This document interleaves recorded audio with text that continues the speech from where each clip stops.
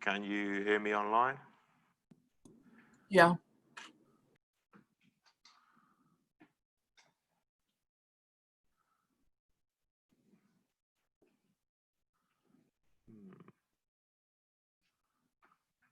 Oh, okay. Let me try that again. Let's try now. Can you hear me online? Yeah. Yes, we can. Perfect. Thank you. The wrong speaker selected.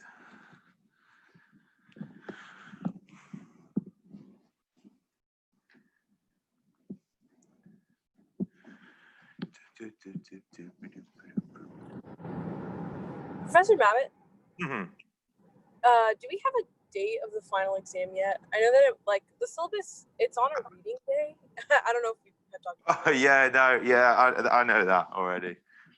So I'll update it. So this week has got a little bit frantic with, you might have heard, there's obviously biomedical engineering conference going on, and then I've also got another conference. But next week, all our stars will align. I promise you.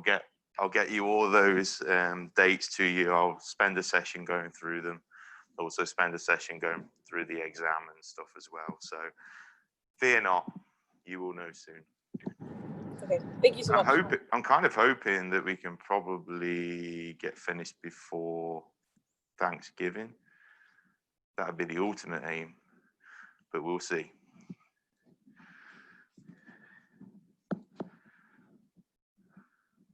So just waiting on a few more people, so give it a couple of minutes.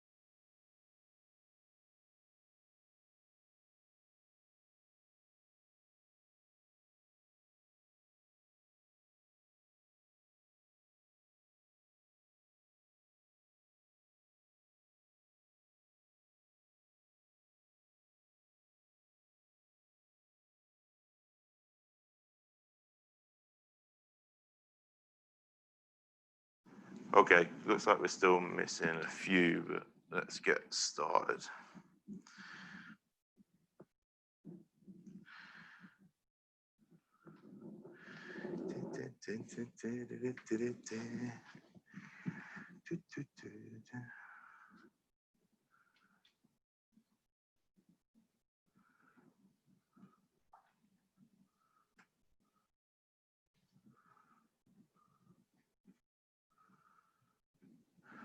Okay, so in the last lecture we were talking about the use of Michael additions for cross-linking, and then we started to move on, and we're talking about the properties of these nano composite hydrogels. We talked about the different types of nano composite hydrogels that we can encounter. What we're going to do today is go through a few specific applications. I say a few, quite a lot of specific applications for these nano composite hydrogels, just so you get a general feel for how these things are used within biomedical applications. So last lecture, we went through all these different types of cross-linking, the ways that these particles can disperse, and their ability to facilitate the expansion and contraction or the movement of different materials depending on their charge, depending on their physical properties.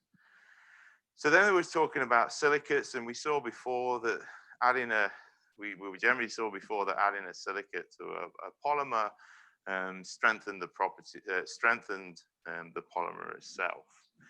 So silicates are quite an expansive class of materials. You may see them listed as orthosilicates.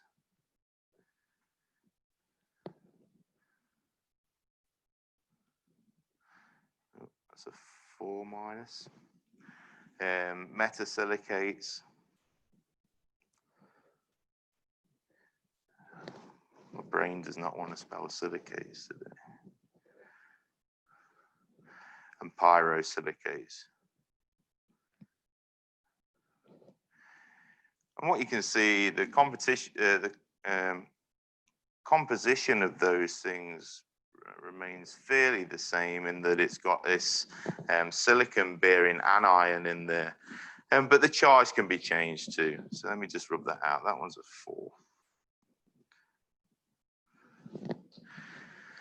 So silicate materials can be classified based on the structure of the silicate group. So you can have clay mineral groups. These are really hard to pronounce, some of these things, but monrilonite, I think, and talc. And then things such as laponite. An example of that is synthetic hectorite, which is layered silicate. So they've got layers of silicate, which is around about 30 nanometers in diameter and 1 nanometer thick. So as we saw before, these silicates can function as chemical or physical cross-linking agents in hydrogels.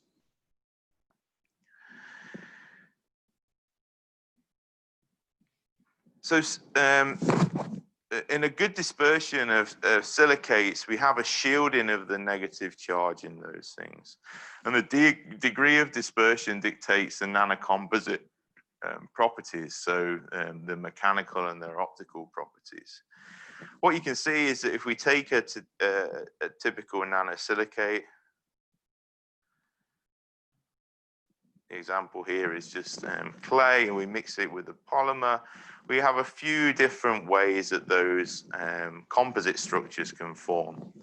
So the first composite structure shows non-mixing of a conventional composite. So the polymer just surrounds the stacked clay layers. You can have an intercalated structure where the polymer surrounds the clay structures, but also intercalates between the individual layers. And then you can have an exfoliated structure where the layers of the silicate are totally disrupted and the polymer intercalates and surrounds it. So the clay sample here you see on the left-hand side is hectorite. But what you can see is that, you know, these things have a negative charge on the outside. Now, one of the interesting things is they can be used in lots of different applications, and we see that for smart drug delivery vehicles, wound dressings, lenses. Some of these we'll come to a little bit later. Implantable devices, engineered tendons, sutures, and cell structure.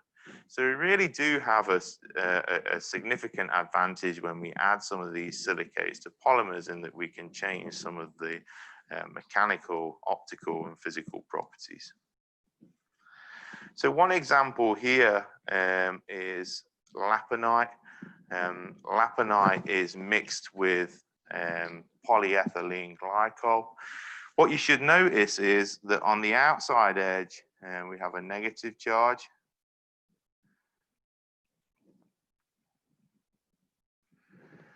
And on the outer edge, we have a positive charge.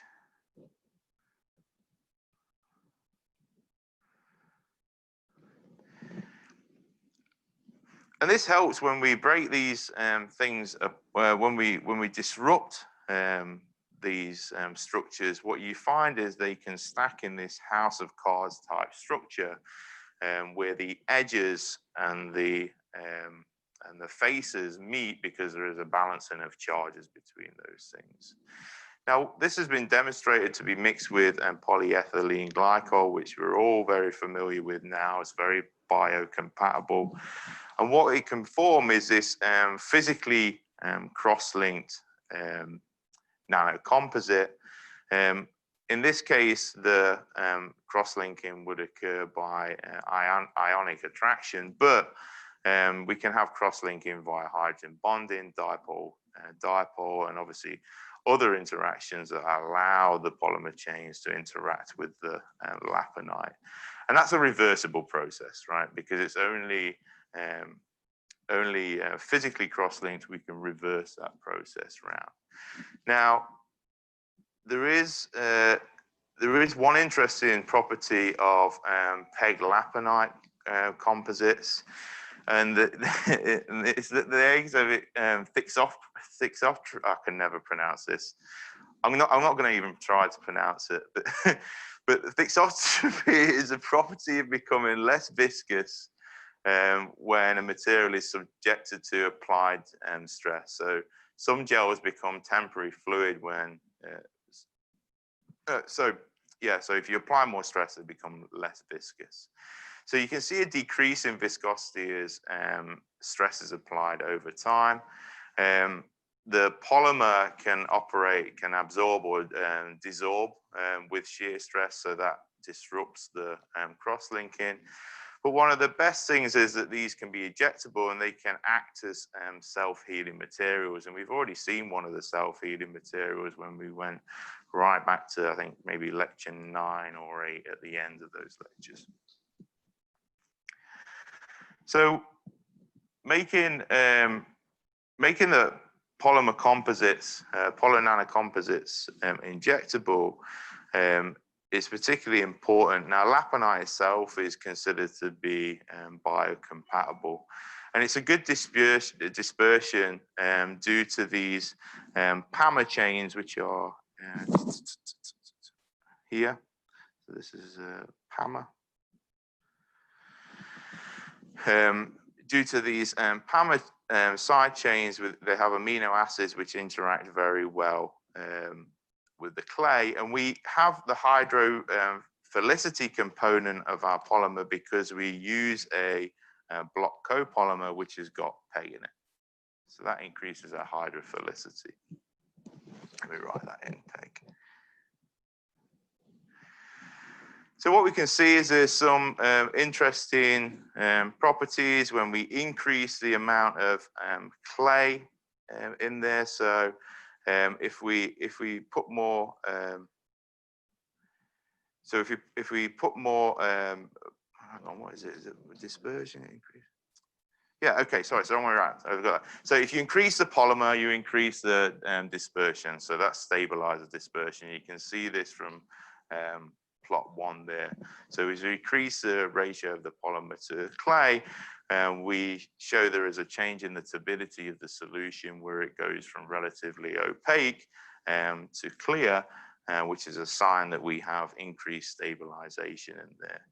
We can also measure the drug delivery profile using a analog, if you like, or a surrogate for a drug such as pyrene. It's easy to follow because pyrene has a particular absorbance that we can look at. So we can see that over time, the pyrene is released from the drug, from the polymer composite.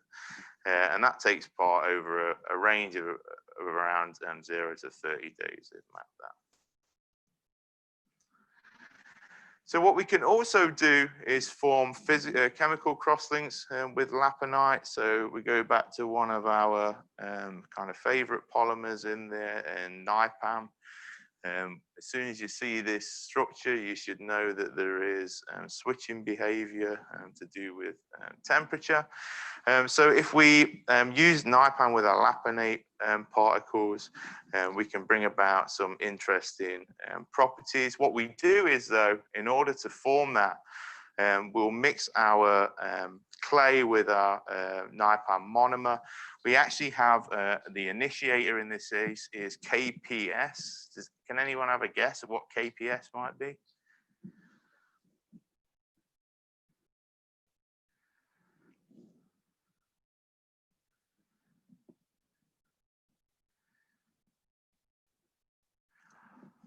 Okay, so let's rephrase it a different way. If I was going to ask you, suggest an initiator for this reaction, what would you suggest? Some sort of peroxide. Oh, sorry, what did you say? Some sort of peroxide. Oh, potassium. Oh, right, yeah, okay. Yeah, you're close. This is actually potassium persulfate that we'd use for this reaction. But if you were to say something like AIBN, I would know that you're on the right track, right? Because AIBN is an initiator too. But this one, we actually use potassium persulfate.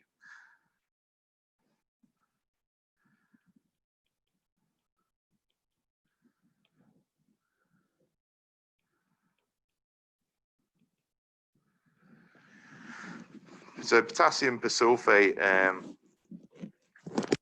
think the confusing thing about this for me is that it's got the K on there because I always forget that K is potassium. So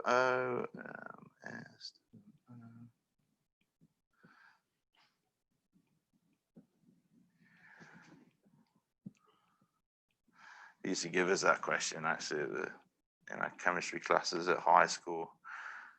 What chemical element is K? I think that was one of the favorite questions. So potassium persulfate there acts as the initiator. And we also have a catalyst in there, TEMED. I'm going to write up here, TEMED stands for tetramethyl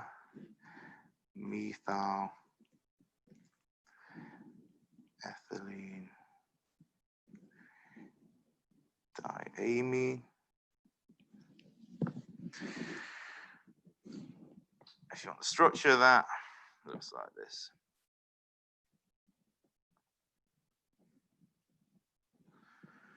So that's our catalyst. So what we do is we mix all those into a pot. We'll probably add some light in there or heat to initiate that reaction. I'll get our initiators started. And we get the formation of these organic, inorganic networks. Basically, the organic groups are interacting or binding to the inorganic groups, which are a laponite. And then we get this formation of this nanocomposite network in there. It's fairly straightforward, and it kind of follows the same principles that you saw before with free radical polymerization. Now, I've already drawn this in, but I'm actually going to redraw it because this is not a very good structure. It looks like I've drawn it on or traveling in the car. Right? So if there is no laponite in there, what we see is that our gels are weak and they're brittle. And even with higher bis crosslinker in there, we exhibit the same, we still see the same brittleness. So let me just draw this out because I don't think this is clear. But this is what we're talking about with our bis crosslinker. Why is it a crosslinker?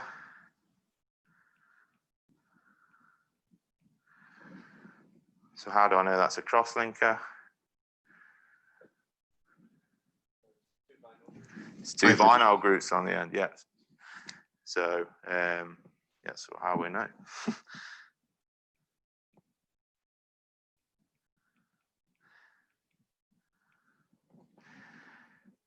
I'm not just asking those questions just to catch you out on asking you those questions because it actually becomes pretty important at the end to acknowledge what the groups are. Now, when we have this, when we have nanocomposites in there, so we have the laponite in there, we can see that the nanocomposite gels exhibit extraordinary mechanical toughness. They can withstand higher levels of deformations, such as elongation, torsion, and they've even demonstrated on C and D that they can tie it in a knot without it breaking. So they've got excellent properties there that we can buy into. So I've just highlighted on this one, NC gel is a nanocomposite gel, just in case there's a little bit confused there. But one of the things that we can do is we can use these NIPAM laponites in cell structure. And really what we use them for is cell cultivation. Now, you know, because of the polynipam in there, that when we heat it up, it's actually going to go into its contracted state. And we can utilize this pretty well. So what we can do is culture cells on a deswollen state. So that's where the temperature is above the VPTT. Remember, the VPTT is directly related to the temperature, the switching temperature of the hydrogel itself. So in this case, they've looked at fibroblasts and HUVEC cells, these human umbilical cord vein endothelial cells. And then they can get the cells to release from the surface just by cooling it. So by cooling it, they cause a swelling, and actually the cells come loose. So it's kind of a non-enzymatic way of doing this, but it's a way that you can preserve the activity of the cells, so we don't damage the cells. It's a much gentler method to do it. So we can do that by using these nano composite polymers. So another one is PVAA with this MONT, with this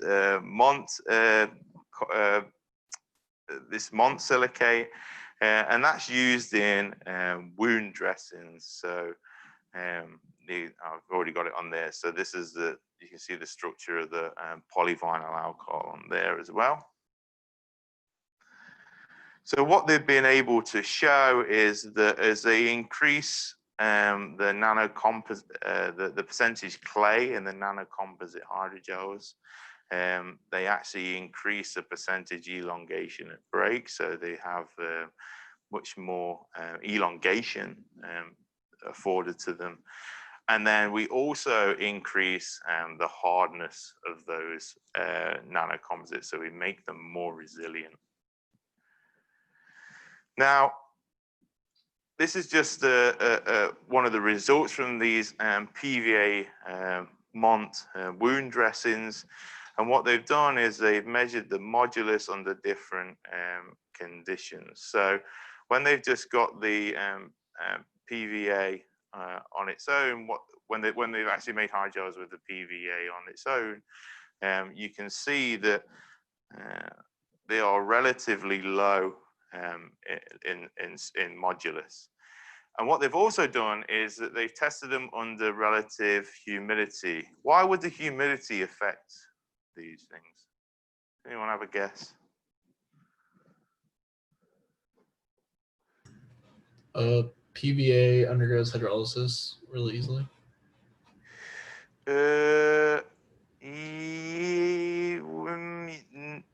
You're getting on the hydro bit is right. So you're getting close, It's not hydrolysis, not the breakdown we're necessarily looking at. Okay.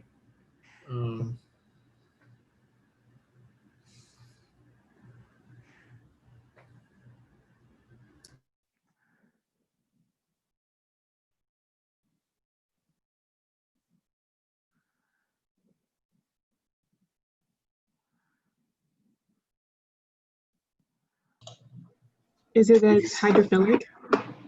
Yeah, that's where we're kind of getting to, right? So one of the things that was going to affect these hydrogels is obviously the amount of water that is in the environment, right? So when we're considering doing measurements, we have to consider when we're doing these measurements with hydrogels, we have to consider the relative humidity. It's almost like gives people an idea of how it changes in response to the water that is in the air. But what you can see is as they increase the clay concentration,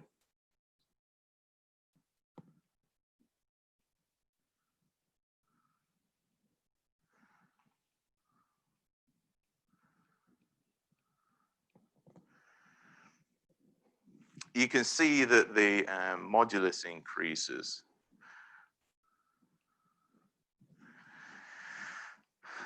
So the modulus for the very top one, where we have got kind of 20% incorporation of the clay concentration, is around about 2.6 times bigger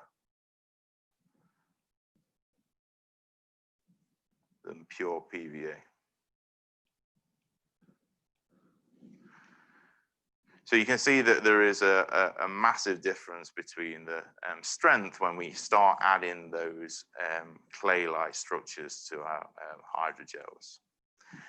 So then we have another example of adding chitosan together with this with our Mont silicate, and that actually becomes super absorbent. So chitosan is a linear polysaccharide. Does anyone know where we get chitosan from? Insects? Sorry?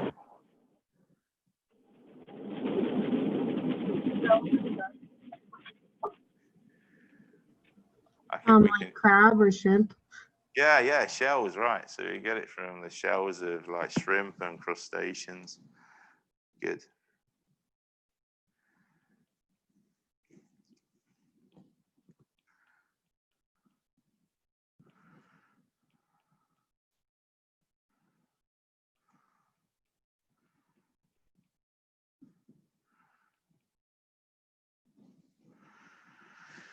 So it's the same kind of thing that we saw previously, in that we can have our chitosan chain mixed with our monomer, a cross-linker, an initiator, and what we can form is a cross-linked polymer network, and that cross-linked polymer network has a particular property that it is super absorbent. So then we can also move on to the incorporation of metal nanoparticles into polymer networks. So when we're talking about metal nanoparticles, in this course, we're most often talking about silver and gold. But you can also get things such as quantum dots. Does anyone know the issue with quantum dots and trying to put them in the body? Are they toxic? Yeah, they're pretty toxic.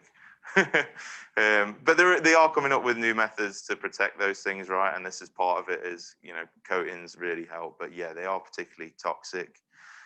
Silver, as you know, is probably used an antibacterial capacity mostly. And then things like gold are used for interaction with near IR light. So you'll see that in a second. But if we have a kind of weak interaction with the polymer, we don't change the properties of thermosensitivity and viscoelasticity. But one thing that we can change is the electrical conductivity and the response to optical stimuli and the antimicrobial properties. So as we saw previously, C on the side there just shows nanoparticles dispersed within a polymer network. So there are a number of uses for gold nanoparticles. One is the drug carriers. So paclitaxel,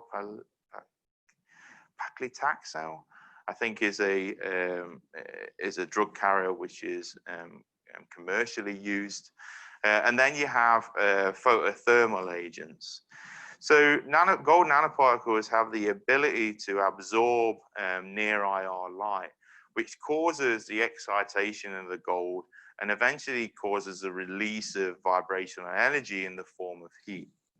So this is pretty interesting because now if we can start to put these particles into polymers, we can get them to respond to light and cause the release of heat. So that generated heat can be used to kill tumor cells. There's lots of different particles out there with lots of different morphologies which interact differently with the light. So there is a certain amount of tunability that we can get for these things. But the interesting thing is that we can use light to generate heat, which we can use to kind of swell or contract our polymers depending which way around we want to do it. So one thing we have to be aware of when we're talking about polymer and gold nanoparticles is that they're actually most often talked about in biomedical circles as photothermal therapies. So as we said before, if we can get the nanoparticles close to a tumor, we can transdermally activate those things to heat up and start to destroy the tumor. Or start to specifically burn the tumor region. So we can do more targeted treatments using that. Now, most biological soft tissues have a relatively low light absorption property in the visible and near IR regions, specifically between 600 to 1,000 nanometers. So this spectral range is known as the tissue optical window or the therapeutic window. Now, what we find is that when we shift out to the near IR range with light, we can use this therapeutic window to, or the light within this therapeutic window to penetrate into tissue and get it reflected back from the surface without being significantly absorbed. Now, light, the visible light has a great dependence. So visible light is scattered. There is a dependence of the wavelength of light on the scattering, but they'll be absorbed within the depth of just a few hundred microns. So actually we can't go much deeper than a few hundred microns. So if there is tumors which are really embedded in the body, then it's very difficult to get to those things. So one advantage that we can use is we can combine polyNiPAM polymers with gold nanorods. So gold nanorods are particularly interesting because they are tunable in the sense that they almost have kind of two frequencies. So this way will absorb one wavelength of light, where the longitudinal way will absorb a second wavelength of light. We can tune that second wavelength in order to get deeper probing into the body. So when we're using them for drug delivery and we've got polyNiPAM, we know now that polyNiPAM at high temperature coils up. So what they have shown is by irradiating the nanorods, that they can get a switching in the diameter of their polymer. So as you see, as they put the light on, they actually get a decrease in the average diameter of their polymer. And then when they switch the light off, let's say that's light on. They switch the light off. It starts to go back to its original state again. So we have a tunability there, right? We can switch, we can modulate the size of the polyNiPAM just by tuning switching the light on and off, because we have gold nanorods in there. So what they've shown is that you can inject these into mice, and that you can, in a nanogel form, and you can irradiate with a near IR laser to treat different things. So they've also shown that they can release drugs from those things by the selective opening and closing of the polyNiPAM polymer.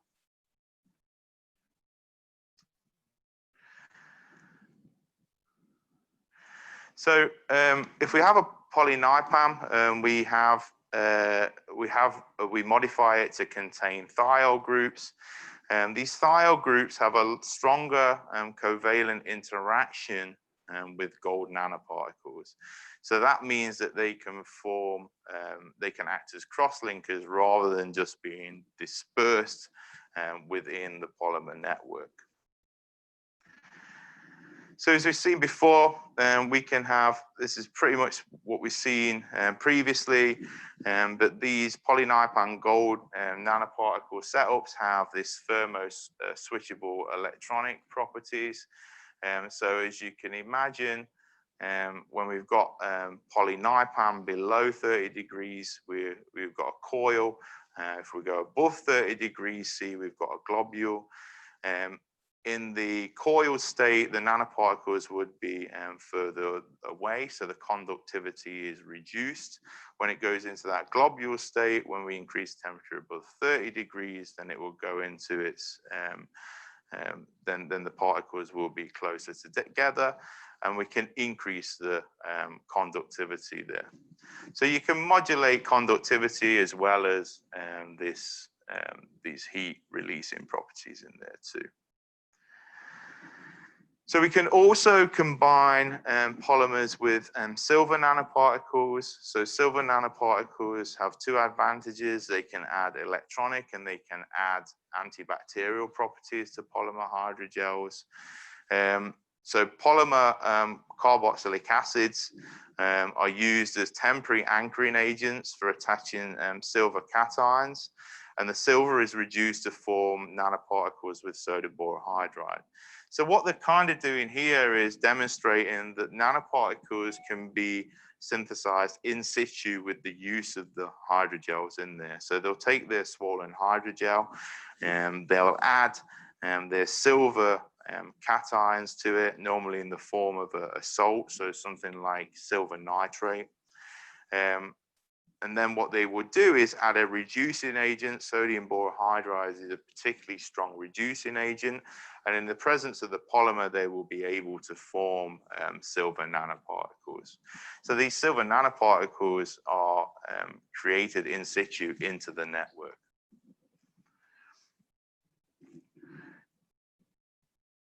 Now, one of the cool things that we can do by modulating the amount of cross-linker we have in these, so this is a NIPAM-CO sodium acrylate network. By modulating the amount of cross-linking, we can actually tailor the size of the nanoparticles that are synthesized in situ in the networks. And one thing that they found is that when there is more cross-linking of the network, the nanoparticle size is more uniform. And I think that is because the distance between the individual layers of the polymer is also more uniform. So it's all about creating silver nanoparticles in situ in this case. So there is lots of different combinations of polymers. So polyNIPAM, co-sodium acrylate, the PVP, or polyNIPAM, PAA. They can be used to incorporate silver nanoparticles for antimicrobial dressings. So silver nanoparticles exhibit antimicrobial effects by binding to microbial DNA, and they prevent bacterial replication, also causing the inactivation of bacteria function.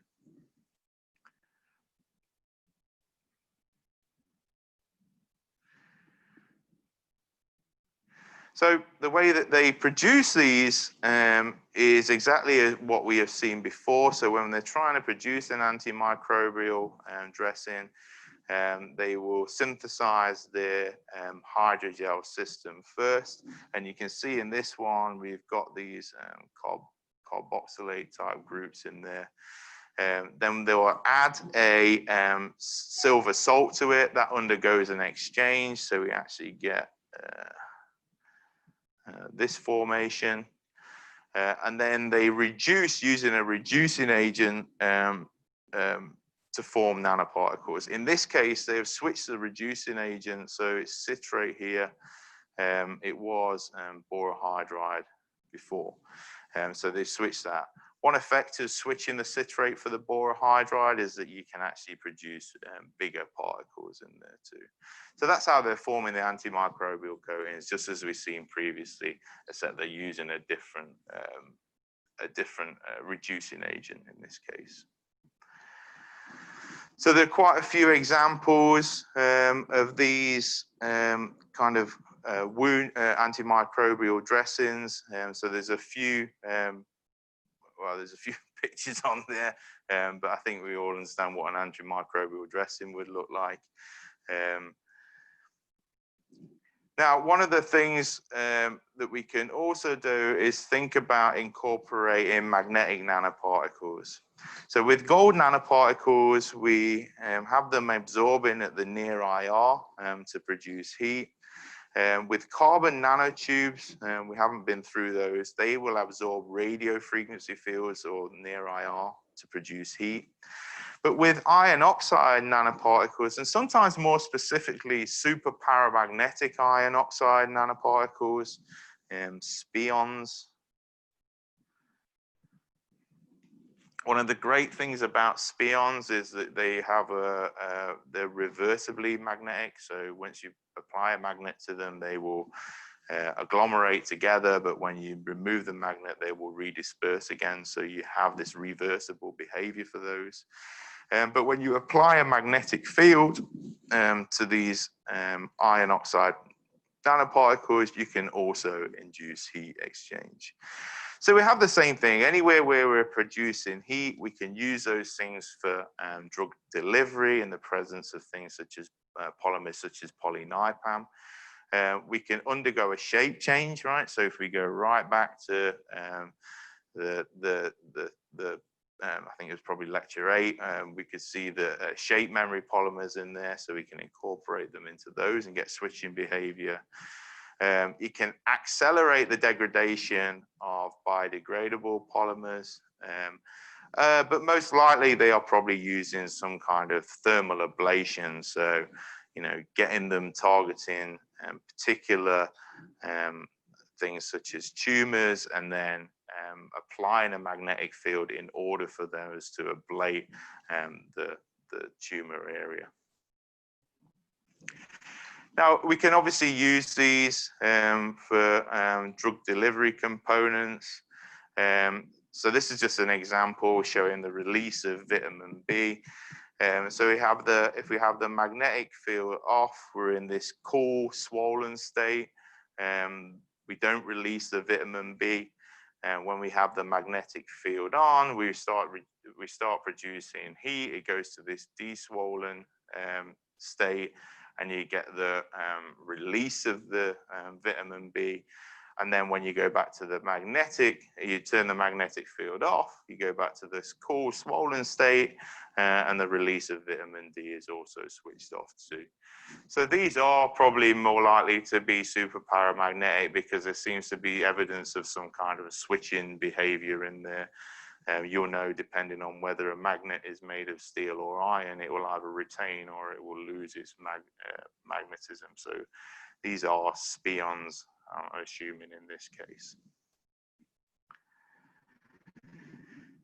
So we can also use these nanocomposite materials for bone tissue engineering.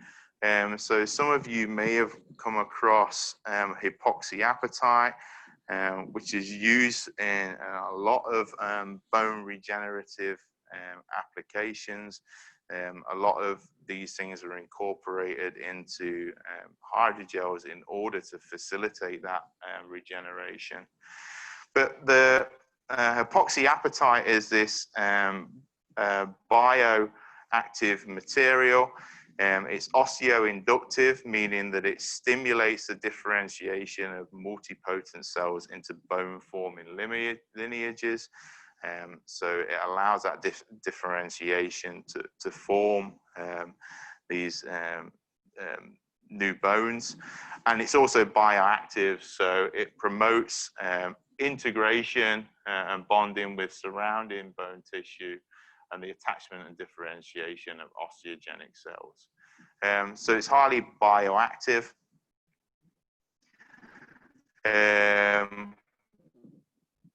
So here's an example of how those things are prepared. So we go through the same process again.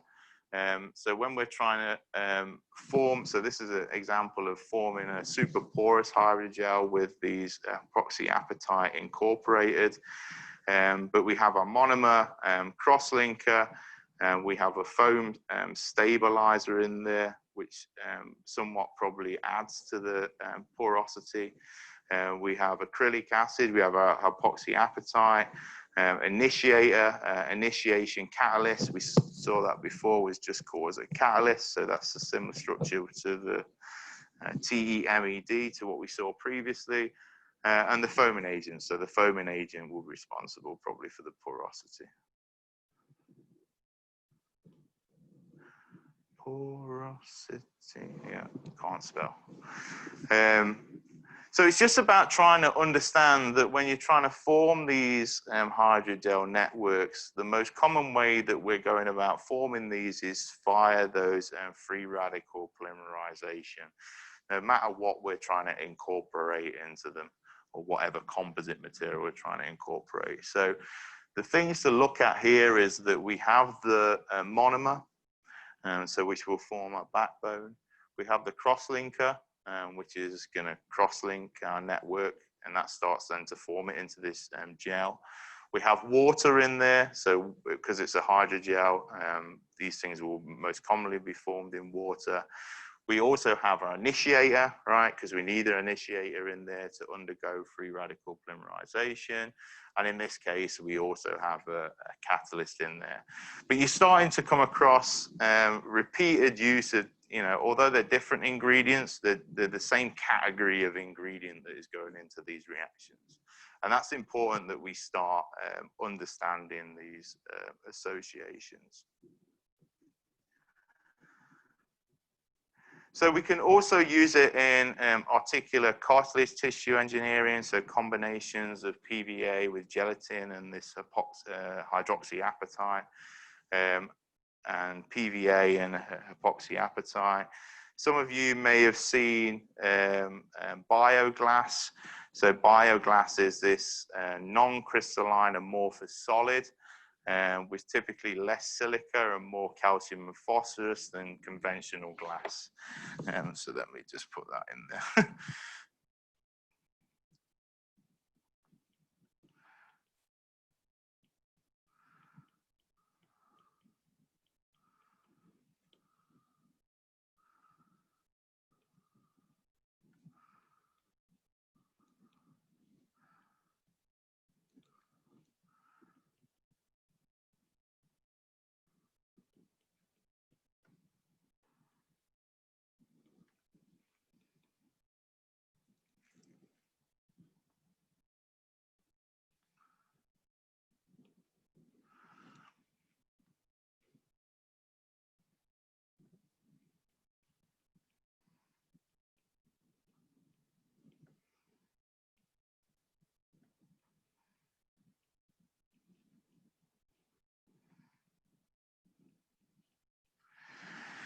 So the use of bioglass is more compatible with the growth of these cartilage and bone.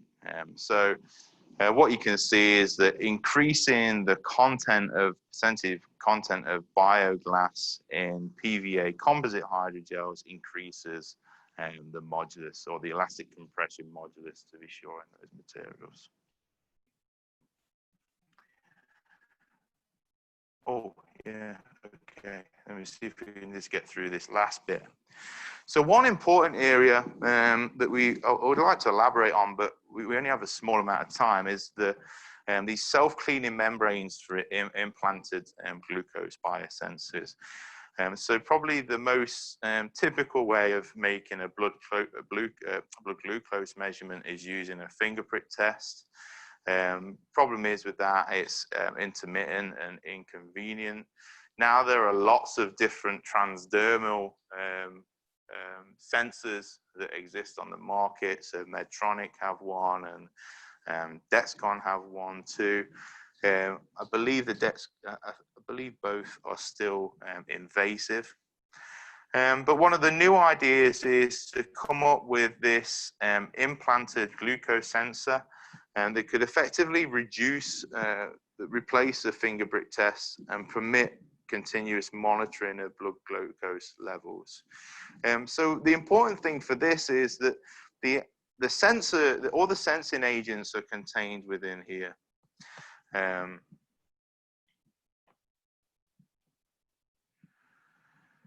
But on the outside, we have this kind of anti-biofouling membrane. So membrane biofouling is this kind of major obstacle in the development of long-term implanted sensors, because as you get the number, if you increase the number of adhered proteins and cells that stick to that, you eventually start to limit the diffusion of glucose to the sensing agents in there.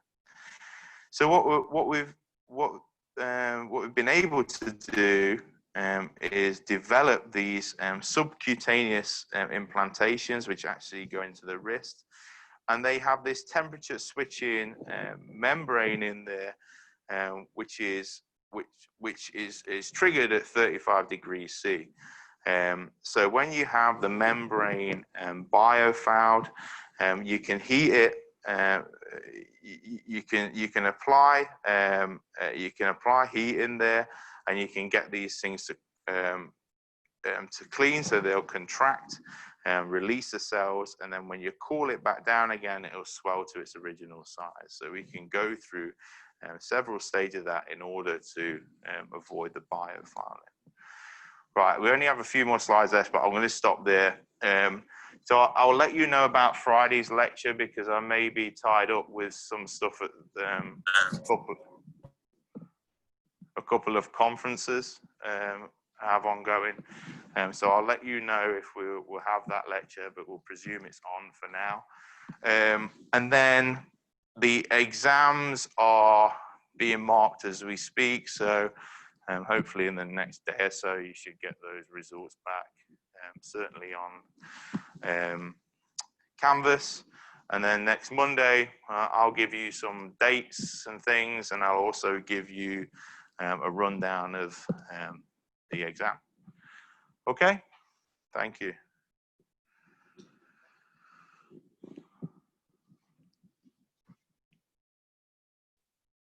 I had a question about the self-cleaning.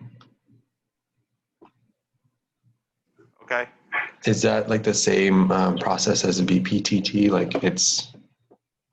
Yeah, it's a similar one actually. I didn't read it off there, but they've actually got they're using a different polymer for it. It's actually taken from Dr. Grunland's work.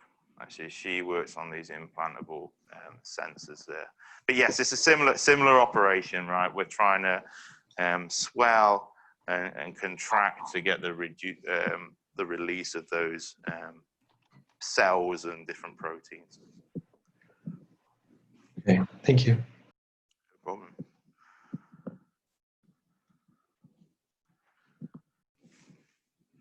Is that the same question you have? No, mine was. Oh, go on then. Just clarification.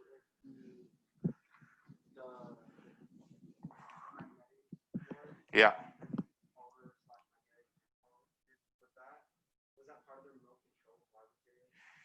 Yes, you're right. Yeah, so yeah, the magnetic component, adding that to the particles gives you remote control.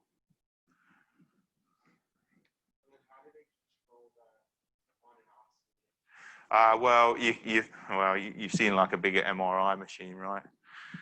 So that's how they do that. So they've got smaller versions. So what they can do is they can, increase the magnetic field in a certain region, and then that elicits some kind of heat output. You need a strong magnetic field though for those things. But the great thing about that is that you can go to greater depth than you probably could with photothermal, because we're limited by the optical transmission window. But yeah, that's also there's groups in the department that do those things as well. It's pretty cool.